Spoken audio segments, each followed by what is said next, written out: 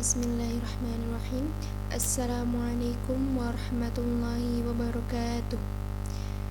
Qala al-musannifu rahimahullahu ta'ala wa nafa'ana bihi wa bi'ulumihi wa amadana bi asrarihi wa a'adana min barakatihi fid daraini amin.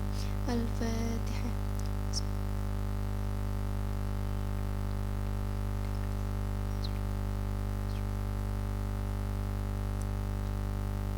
Amin amin ya rabbal alamin.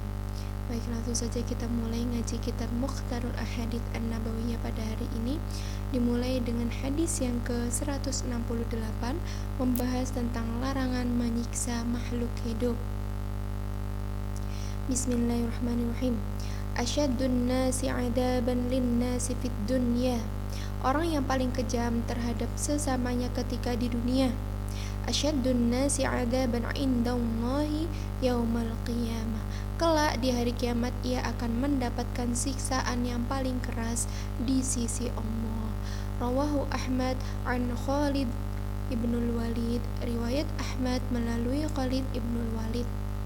Hadis ini memperingatkan agar kita jangan berlaku keji atau kejam terhadap makhluk hidup. Melakukan hal ini hukumnya tentunya haram. Barang siapa yang berbuat demikian, kelak di hari kiamat ia akan mendapatkan balasan yang lebih berat, karena siksaan di hari kemudian jauh lebih berat daripada siksaan yang ada di dunia. Semakin berat ia menyiksa makhluk hidup, maka semakin berat pula balasan yang akan diterimanya kelak di hari kiamat. Dalam hadis lain disebutkan bahwa ada seorang wanita dari kalangan kaum Bani Israel yang dimasukkan ke dalam neraka karena kucing yang diikatnya tanpa diberi makan dan tidak pula membiarkannya memakan serangga tanah, hingga kucing itu pun mati kelaparan. Hadis yang ke-169 mengenai orang yang mendapatkan cobaan keras. Asyaddun nasi bala'an al-anbiya'u. Orang yang paling keras cobaannya adalah para nabi. Tsummal amthalu fal amthalu yubtalar rajulu ala hasabi dinihi.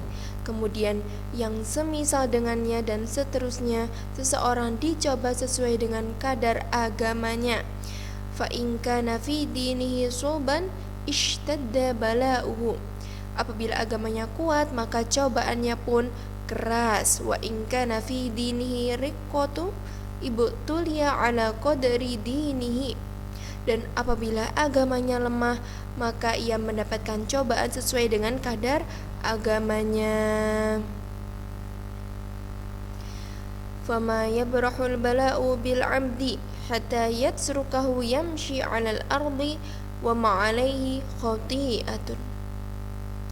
Dan cobaan terus-menerus menimpa hamba Allah tak pernah lepas darinya sebelum ia berjalan di muka bumi tanpa mempunyai dosa lagi. Jadi setiap orang mendapatkan cobaan sesuai dengan kadar agamanya. Semakin teguh agamanya, semakin keras cobaan yang akan diterima.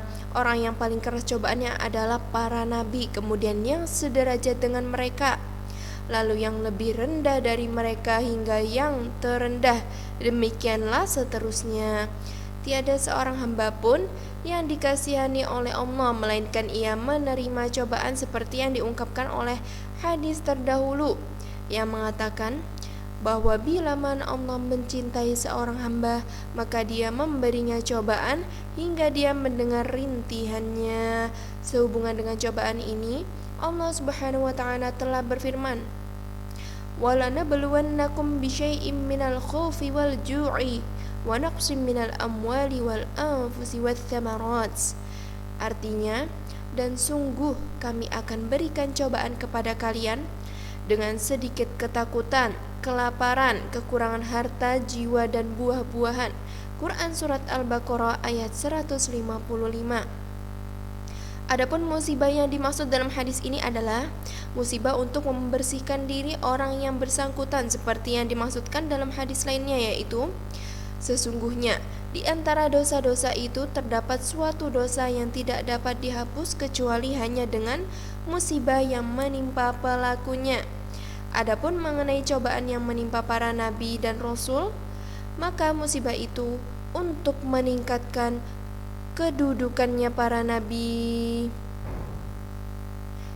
sehingga para nabi itu terdapat nabi-nabi yang digolongkan sebagai ulul azmi karena keteguhan dan kesabaran mereka dalam menghadapi cobaan dari pihak umatnya. Allah Subhanahu wa taala telah berfirman juga, Bismillahirrahmanirrahim, fasbir, maka bersabarlah, kama sabara ulul azmi minar rusul, maka bersabarlah engkau seperti orang-orang yang mempunyai keteguhan hati dari rasul-rasul telah bersabar.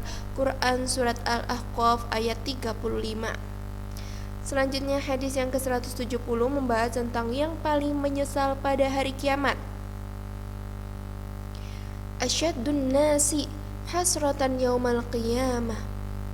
Orang yang paling menyesal di hari kiamat adalah rajulun amkanahu talabul ilmi fid dunya, seseorang yang mendapat kesempatan untuk mencari ilmu atau agama ketika hidup di dunia, falam yatlubhu wa rajulun 'allama ilman fantafa'a bihi man sami'ahu minhu dunahu, ketika hidup di dunia tetapi ia tidak mau mencarinya, dan seseorang yang mengajarkan ilmu agama lalu yang diajarinya memanfaatkan atau mengamalkannya sedangkan dia sendiri tidak mengamalkannya. Rawahu Ibnu Asakir an Anas radhiyallahu anhu, riwayat Ibnu Asakir melalui Anas radhiyallahu anhu. Kelak di hari kiamat orang yang paling kecewa adalah orang yang menyia-nyiakan umurnya tanpa mencari ilmu agama padahal kesempatan sudah terpenuhi baginya. Dikatakan demikian karena apa? Karena ia tidak dapat menemui pahala amalnya.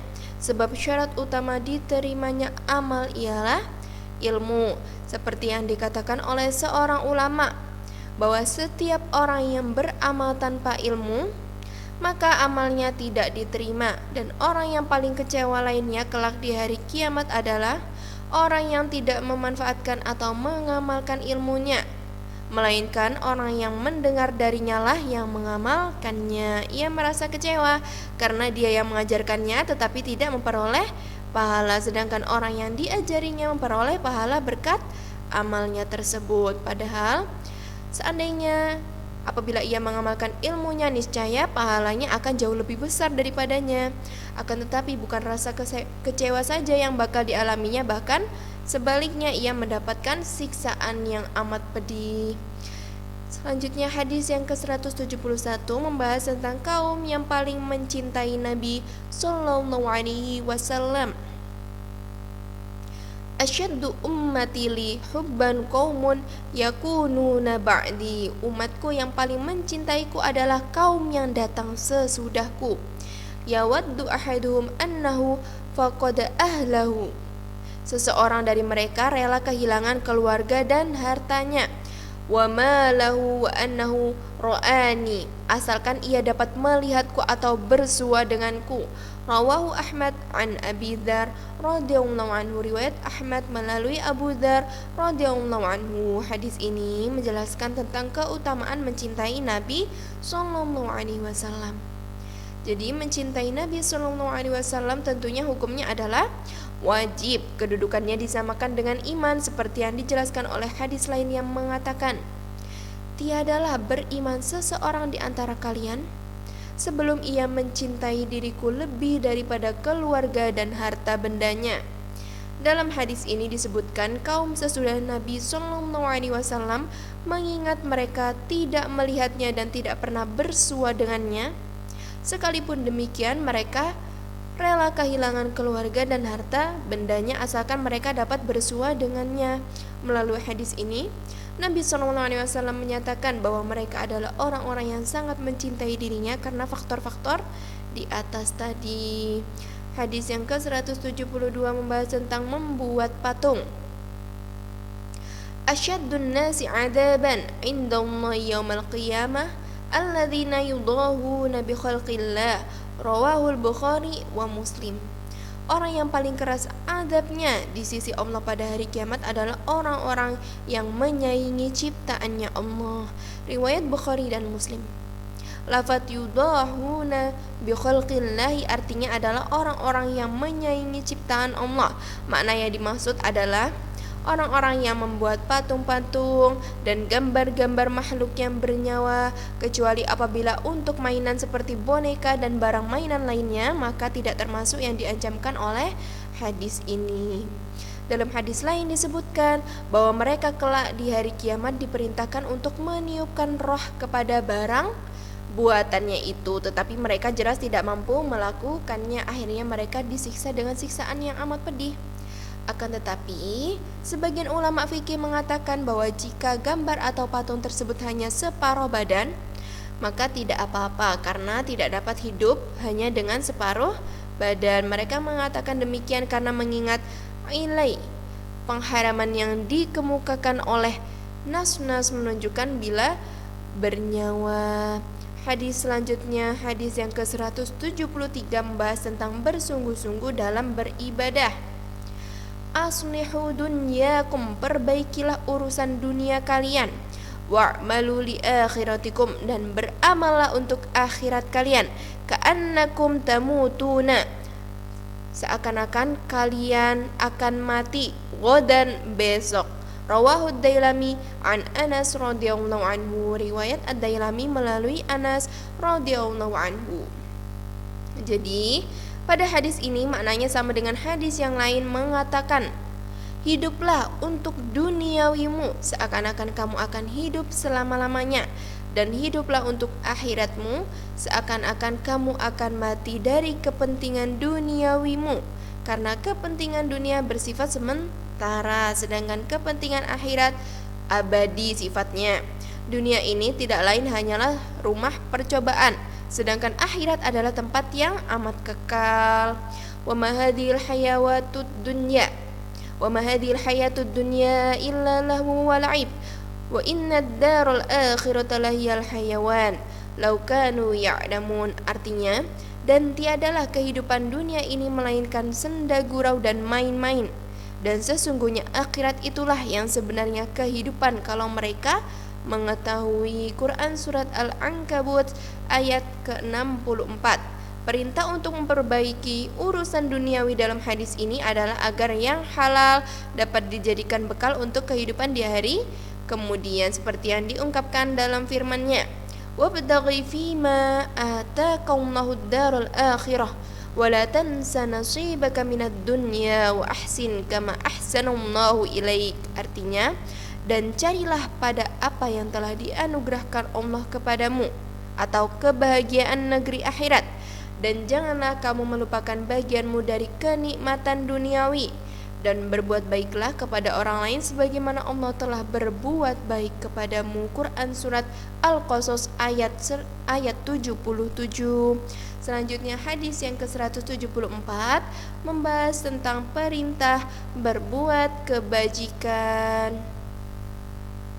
Isna'il ma'rufa ila man huwa ahluh, berbuatlah kebaikan kepada orang yang layak menerimanya dan juga kepada orang yang tidak layak menerimanya. Wa ila ghairi ahli fa in asabta ahlahu asabta ahlah, apabila kebaikanmu tepat mengenai orang yang layak menerimanya, berarti engkau telah memberikannya kepada ahlinya. Wa illam tusib ahlahu kunta anta ahlah, dan apabila kamu tidak mengenai orang yang layak menerimanya, berarti kamu sendirilah yang menjadi ahlinya. Riwayat Al-Khatib melalui Ibnu Umar radhiyallahu anhu. Jadi berbuat kebaikan merupakan hal yang diperintahkan tanpa memandang kepada siapapun kita berbuat baik. Dalam hadis yang akan datang disebutkan bahwa orang ahli dalam hal kebaikan di dunia, kelak di akhirat pun mereka akan menjadi ahli kebajikan. Selanjutnya hadis yang ke-175 membahas tentang 6 jaminan untuk masuk surga. Yudmanu li sittan min anfusikum adman lakumul jannah, jaminlah untukku 6 perkara dari diri kalian, niscaya ku jamin surga untuk kalian, yaitu usduqu idza haddaqtum, apabila kalian berbicara jujurlah, wa aufu idza wa'adtum, dan apabila berjanji tepatilah, wa addu idza tumintum, dan apabila diberi amanat sampaikanlah amanat itu, wahfadu furujakum wa guddu absarakum, dan perihalah kemaluan kalian, tundukkanlah pandangan mata kalian, wa kufu aydiyakum, dan cegahlah kedua tangan kalian. Rawahul Baihaqi an Ubadah bin Samit, riwayat Baihaqi melalui Ubadah ibnu Samit. Jadi dalam hadis terdahulu telah disebutkan bahwa ciri-ciri orang munafik itu ada 3, yaitu apa saja? Yaitu yang pertama, apabila berbicara berdusta, yang kedua apabila berjanji mengingkari, dan apabila dipercaya berkhianat. Kemudian di dalam hadis ini disebutkan kebalikannya dengan memakai kalimat perintah, yaitu jujurlah bila berbicara, tepatilah bila berjanji, dan sampaikanlah bila diberi amanat. Seakan-akan hadis ini mengatakan berimanlah kalian dan janganlah kalian menjadi orang-orang yang munafik. Perihalalah kemaluan kalian. Makna yang dimaksud adalah janganlah kamu berzina. Nah, lafaz ghaddul absar pada hadis tadi artinya adalah merundukkan pandangan mata, sedangkan makna yang dimaksud di sini adalah tidak mengumbar pandangan mata kepada hal-hal yang haram untuk dilihat. Cegahlah kedua tangan kalian. Makna yang dimaksud adalah janganlah kalian menyakiti orang lain atau mengerjakan hal-hal yang diharamkan oleh Allah melalui kedua tangan kalian. Barang siapa yang melihara hal-hal tersebut, niscaya dijamin akan masuk surga. Baik, kita cukupkan ngaji kitab Mukhtarul Ahadits An-Nabawiyah pada hari ini. Sebelum saya tutup, alangkah baiknya kita bersama-sama membaca doa kafaratul majlis terlebih dahulu. Bismillahirrahmanirrahim. Subhanakallahumma wa bihamdika asyhadu an la ilaha illa anta astaghfiruka wa atubu ilaik. Baik, cukup sekian dari saya, kurang lebihnya saya mohon maaf. Wabillahi taufiq wal hidayah, arju minkum. Wassalamualaikum warahmatullahi wabarakatuh.